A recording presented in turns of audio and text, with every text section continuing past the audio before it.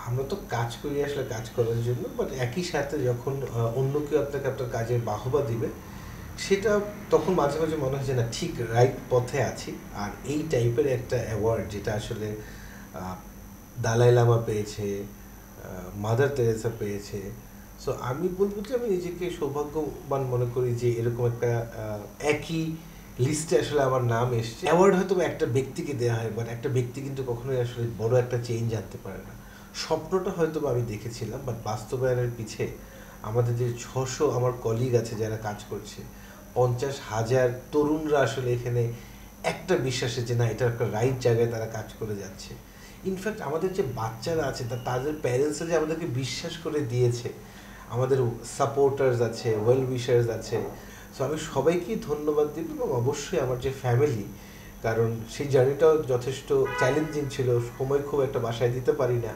তো অনেক সময় প্রশ্নটা আসে আসলে কি করছি, বাট ওই যে যখন বাচ্চাটা প্রথম দিন বলেছিল যে রিক্সা চালক হবে, সে যখন এখন বলে আমি পাইলট হব, তখন মনে হয়েছে না, রাইট পথেই আছি। বাংলাদেশের 64টা ডিস্ট্রিক্টের মধ্যেই আসলে আমাদের ইউথ গ্রুপ আছে, তারা কাজ করে যাচ্ছে। আমাদের প্রায় 12-13টা ডিস্ট্রিক্টের মতো আমাদের ফিজিক্যাল অফিস আছে যেখানে এমপ্লয়িরা কাজ করে। আমরা যখন কাজ শুরু করলাম, অনেকেই আমাদের যে একটা বিশাল বড় ডায়াসপরা কিন্তু বিদেশে থাকে, যাদেরকে আমরা রেমিটেন্স যোদ্ধা বলি বা যারা ওখানে সেটেল, তারাও না দেখলাম যে আসলে আমাদেরকে হেল্প করতে চাচ্ছে। সবাই কিন্তু চায় যে তার নিজের দেশকে হেল্প করে। আমি একটা কথা বলি সবসময় যে Bangladeshi can be taken out from Bangladesh, but Bangladesh cannot be taken out from Bangladeshi. তার মনে তো বাংলাদেশ রয়ে গিয়েছে, তো তারা চায় যে আমাদের এখানে প্রোগ্রামটা আসলে কীভাবে শুরু হয়েছিল, মাসে 500 টাকা দিয়ে আসলে একটা মানুষ একটা বাচ্চার দায়িত্ব নিতে পারে। এটা 16 বছর আগে, এখন 2,000 টাকা হয়ে গেছে সেটা। তো অনেকেই দেখলাম যে $27 বা £20 দিয়ে আসলে হেল্প করতে চায়, যে তাদের জন্য হয়তো একটা কফি দাম বা একটা ডিনার করতে গেলে হয়তো $100 লেগে যায়।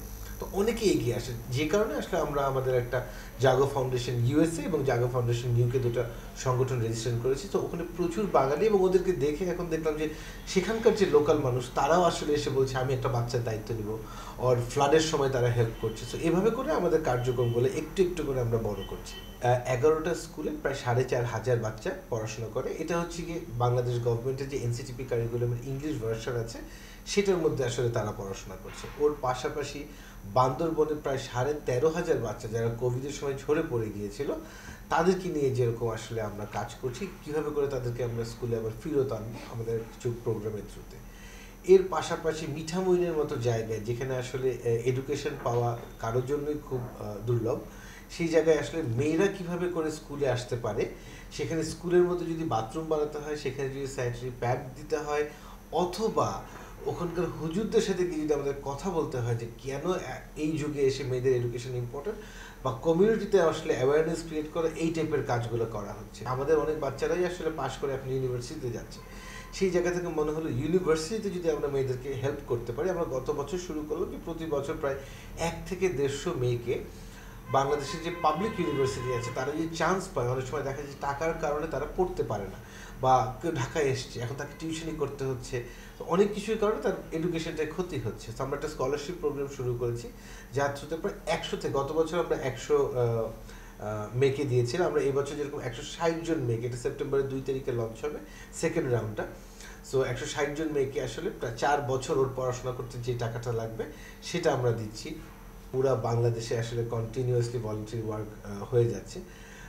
আমাদের আগামী মাস থেকে আরেকটা যে প্রোগ্রাম শুরু হবে হচ্ছে কি, প্রায় 50,000-এর উপর তরুণকে আসলে আমরা, যারা এডুকেশন কমপ্লিট করতে পারেনি, এই মুহূর্তে তাদের কোনো জব নাই, তাদেরকে আসলে আমরা ট্রেন করব স্কিলসের উপরে, এবং আমরা চেষ্টা করব যে তাদেরকেও জানি আমরা কোনো না কোনো কর্মস্থলের সাথে আসলে অ্যাড করতে পারি। হুজুকে কোনো কিছু না করে আমরা যদি একটা প্রবলেমকে আইডেন্টিফাই করতে পারি, এটা একটা সমস্যা আমার দেশে, সেটাকে আমি সলভ করব, তাহলে না জিনিসটা টিকে থাকবে। হঠাৎ করে এসে হঠাৎ করে চলে যাবে না। এক, দুই, যদি আমরা if we want to go fast, go alone, খুব তাড়াতাড়ি একা দৌড় দিয়ে চলে যেতে পারবো। But if we want to go fur, go together.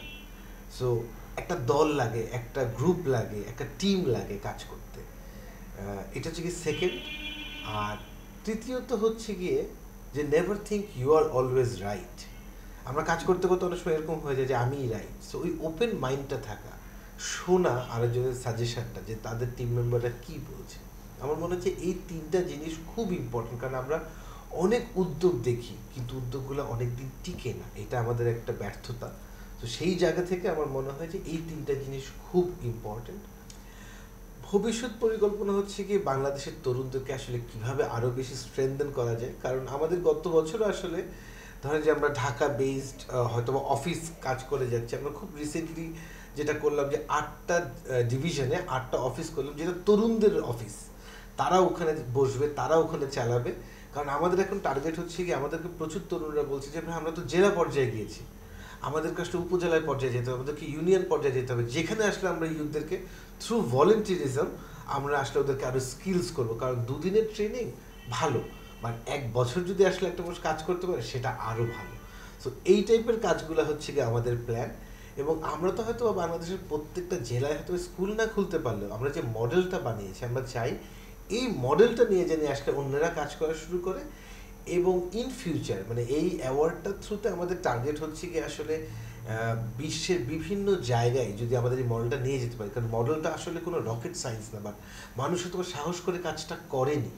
So এই মডেলগুলো যদি আমরা নিয়ে যেতে পারি, আমার কাছে মনে হয় যে শুধু বাংলাদেশে না, বিশ্বের বিভিন্ন টাইপের বিভিন্ন দেশের মানুষের উপকার।